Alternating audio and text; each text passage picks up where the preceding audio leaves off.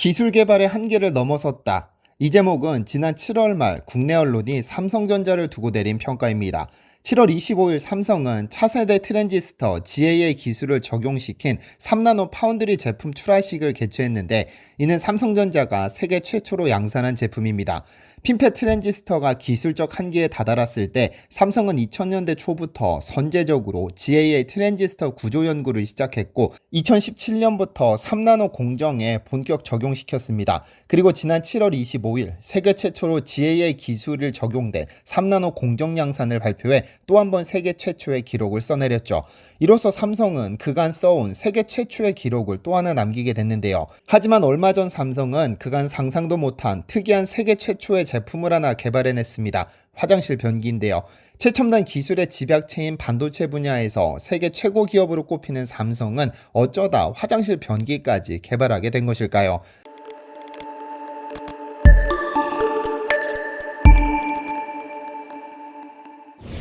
안녕하세요, 디스멘터리입니다. 지난 2018년 11월경 전 세계 언론들은 빌 게이츠가 똥을 든 이유라는 제목의 기사를 쏟아내면서 세계 최고 갑부 중 한 명인 빌 게이츠의 똥 사랑을 집중 보도했습니다. 특히 CNN은 베이징에서 열린 화장실 개선 사업 박람회에서 비커에 담긴 대변을 들고 연설한 그의 사연을 집중 보도했는데요. 몇 년 전에는 똥물을 마시더니 똥냄새를 맡더니 이제는 대중 앞에서 똥을 들고 나타난 그의 악취미일까요?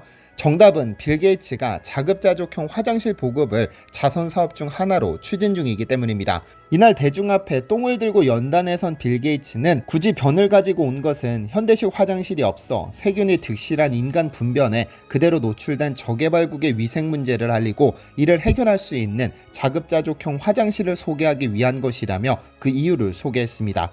이후 그는 똥을 바라보며 이 대변 안에 로타바이러스 200조 마리와 이질균 200억 마리, 기생충 10만 개가 들어있다면서 화장실이 열악한 나라에서 이런 병원균들은 콜레라, 장티푸스, 설사 같은 질병을 일으킨다면서 화장실 개선 사업의 중요성을 역설했는데요. 그러면서 새로운 화장실은 배설물을 모두 분해해 깨끗한 물이나 비료로 재활용하기 때문에 하수시설 부족 등으로 수세식 화장실을 만들 수 없는 이들 국가에 희망이 되고 있다고 전했죠. 사실 빌 게이츠는 워낙에 자선 사업에 관심이 많은 덕분에 그의 전 아내와 세운 빌 앤드 멀린다 게이츠 재단을 통해 다양한 자선 사업을 펼쳐왔습니다. 그리고 저개발 국가의 화장실 개선 사업을 위해 10년 가까운 시간 동안 약 2237억 원을 투자하기도 했는데요. 이날 그는 물 없이 배설물을 깨끗이 처리할 수 있는 새로운 변기를 소개하기도 했는데, 물 없이 하수관과 연결된 이 변기는 배설물을 태워 없애는 방식입니다. 때문에 유해균은 모두 사멸하고 냄새도 없을 뿐 아니라 태양열 등을 이용하기 때문에 유지 비용도 거의 들지 않습니다. 그야말로 변기계의 혁명이라고 볼 수 있는 제품인데요. 그런데 똥을 들고 연단에 올랐던 2018년 빌 게이츠가 삼성의 실질적인 오너 이재용 부회장에게 다급히 손을 내밀었습니다. 물이나 하수처리 시설이 필요 없는 신개념 가정용 화장실을 개발해달라는 것이었죠. 게이츠 재단에 따르면 1775년 수세식 화장실이 발명된 후 많은 인류가 이 화장실의 혜택을 받고 있지만 전 세계 인구의 절반가량인 35억 명은 여전히 비위생적인 시설을 이용하고 있습니다. 전 세계 인구의 약 12%인 9억 명 이상의 사람들은 여전히 야외에서 대소변을 해결하고 수질오염으로 인한 설사병으로 사망하는 사망자 수는 헤아릴 수도 없습니다. 이에 빌 게이츠는 지난 2011년부터 RT 프로젝트, 즉 물이나 하수처리 시설이 필요 없는 신개념 화장실의 개발 및 상용화를 추진해왔습니다. 위에서 잠시 언급했듯이 게이츠 재단은 전 세계 유수의 연구기관 및 대학에 2237억 원을 투입해 프로젝트를 진행해왔으나 기술적인 한계에 부딪히거나 대량 생산을 위한 원가 절감에 실패하면서 대부분 성공시키지 못했습니다. 그러다 2018년 세계 최고의 반도체 기업인 삼성전자에 손을 내민 것인데요. 어쨌든 빌 게이츠가 내민 손을 잡은 이재용 부회장은 삼성 종합기술원에 이 화장실 개발을 위한 TF팀 구성을 지시해 즉각 프로젝트에 돌입했는데요. 이후 3년간 이재용 부회장과 빌 게이츠 이사장은 수시로 이메일과 전화, 화상회의 등을 통해 진행 결과를 공유했는데, 재미있는 점은 빌 게이츠와 재단 측에서 수백억 원의 과제 수행 비용을 제안했다는 점입니다. 사실 빌 게이츠야 워낙에 유명한 자선 사업가다 보니 충분히 할 수 있는 제안이고, 삼성 역시 전 세계에서 손에 꼽히는 대기업이다 보니 이 큰 금액을 전부 거절했습니다. 오로지 삼성의 힘으로 인류 난제를 해결하겠다는 의지였죠. 그렇게 3년간 삼성은 정화 성능 개선, 내구성 향상, 대량 보급의 필수적인 경제성을 높이기 위해 모든 기술력을 투입했고 최근 개발을 완료해 게이츠 재단에 기술을 이전하기 위해 준비 단계를 밟고 있는데요. 그리고 지난 8월 16일 한국을 방문한 빌 게이츠 이사장은 이재용 부회장을 만나 그간 진행해온 프로젝트 성공 결과를 전해들었고 8월 25일 삼성은 삼성종합기술원으로 게이츠 재단을 초청해 RT 프로젝트 종료식을 가졌습니다.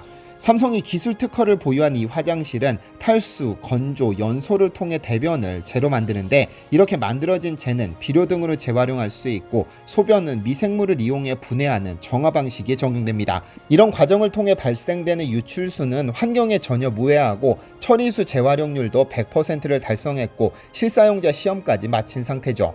이제 삼성은 프로젝트를 완벽히 종료한 후 삼성이 보유한 기술 특허를 저개발국 대상 상용화 과정에 무상으로 제공할 계획이며 게이츠 재단은 이 기술을 이전받아 하수 시설이 부족하거나 물이 부족한 저개발 국가에 이를 공급할 계획인데요. 이렇게 삼성이 개발한 신개념 화장실은 하수시설 부족으로 수세식 화장실을 만들 수 없는 국가들에게 희망이 될 것이고 삼성은 이제 인류 기술 기업을 넘어 인류 난제를 해결해내는 진정한 인류 기업의 모습을 갖춘 것 같아 뿌듯해집니다. 한편 빌 게이츠가 지난 2018년 중국 베이징에서 똥과 화장실을 주제로 연설했다는 것은 개인적으로 상당히 재미있는 연결고리가 아닐까 합니다. 왜냐하면 그간 중국이 전 세계적으로 똥과 화장실 문제로 골칫거리가 되어 왔는데 특히 그해 중국은 전 세계적인 망신을 당했기 때문입니다.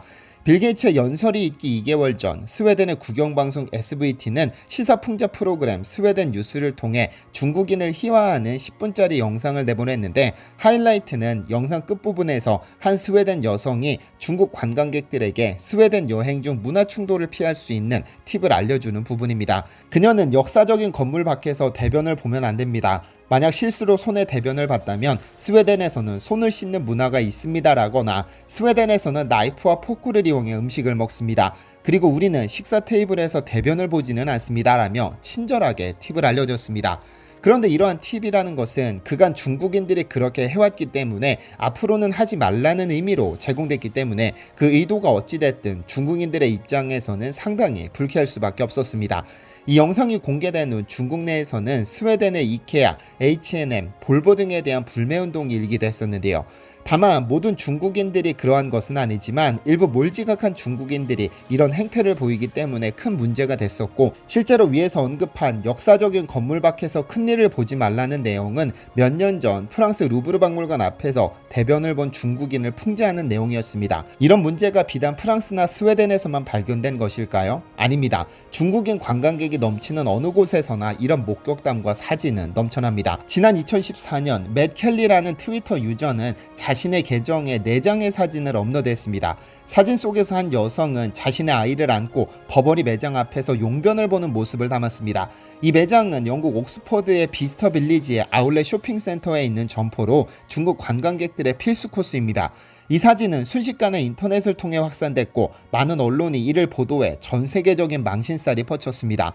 그런데 이를 리트윗한 또 다른 유저는 지난주 나의 이웃이라는 글을 올리며 사진을 공유했는데 한 남자아이가 아빠 옆에서 신문을 깔고 길거리에서 대변을 보는 모습이 담겼습니다. 언제 어디서든 원하면 길거리에서 용변을 볼 수 있는 자유가 중국인에게는 있겠지만 그 용변 보는 모습을 봐야 하는 목격자는 하루 종일 불쾌할 수밖에 없는데요. 문명생활에 어울리지 않는 듯한 이러한 중국인들의 행태와 이들이 해외 관광지를 망친다는 비난이 쏟아지자 결국 중국 정부가 나섰습니다. 사실 중국인 중 일부는 대인은 작은 예절에 속박되지 않는다는 호랑이 담배 피우던 시절 인식이 남아있는데 이 인식을 지우지 못하면 중국은 비난을 피할 수 없습니다. 이에 지난 2013년 4월 2일 본격적인 해외여행을 앞둔 중국인들을 위해 중국의 중앙문명 판공실과 국가관광국은 중국인 해외관광 문화예정 가이드를 공동 발표했습니다. 총 64페이지에 달하는 이 가이드북은 수영장에서 소변 보지 말기, 손가락으로 이쑤시지 말기, 변기 의자에 발자국 내지 말기, 박물관 전시품 만지지 말기, 동물을 쫓거나 때리지 말기, 공공장소에서 셔츠 벗고 다니지 말기 등등 지극히 정상적인 문명인들이 지켜야 할 내용을 담았습니다. 여기에 더해 국가별 에티켓으로 이슬람 국가에서 돼지고기 이야기 꺼내지 말기, 인도인의 머리 만지지 말기 등등 기본적인 에티켓까지 친절하게 알려주었는데요. 약 10년 가까이 지났고 코로나 이후 밀려들 중국인 관광객들의 행동에는 어떤 변화가 있을지 상당히 기대됩니다. 정신분석학의 아버지 지그문트 프로이드는 개인의 자유는 문명이 가져온 것이 아니다. 문명이 있기 전 자유는 최대치에 달했었다라며 문명이 인간의 자유를 억압하는 것을 부정적으로 평가했습니다. 법과 규칙을 준수하고 타인의 시선을 신경 써야 하는 자발적인 속박이 자유를 억압한다는 것이죠. 다만 인간이란 사회적인 동물인 관계로 타인의 시선을 배제한 상태로 살아갈 수는 없습니다. 문명화된 인간의 공통점이라 칭해도 좋을 만큼 타인의 시선은 우리의 행동에 상당한 영향을 끼칩니다. 다만 타인의 시선을 신경 쓰지 않아도 너무 신경 쓰지 않는 일부 중국인들 때문에 느끼는 불쾌함은 누구의 몫일까요? 디시멘터리에서는 여러분의 제보를 기다립니다. 제 채널에서 다뤘으면 좋겠는 뉴스 또는 널리 알려졌으면 하는 영상은 디시멘터리 네이버.com으로 보내주시면 소중히 제작하겠습니다. 시청해주셔서 감사합니다.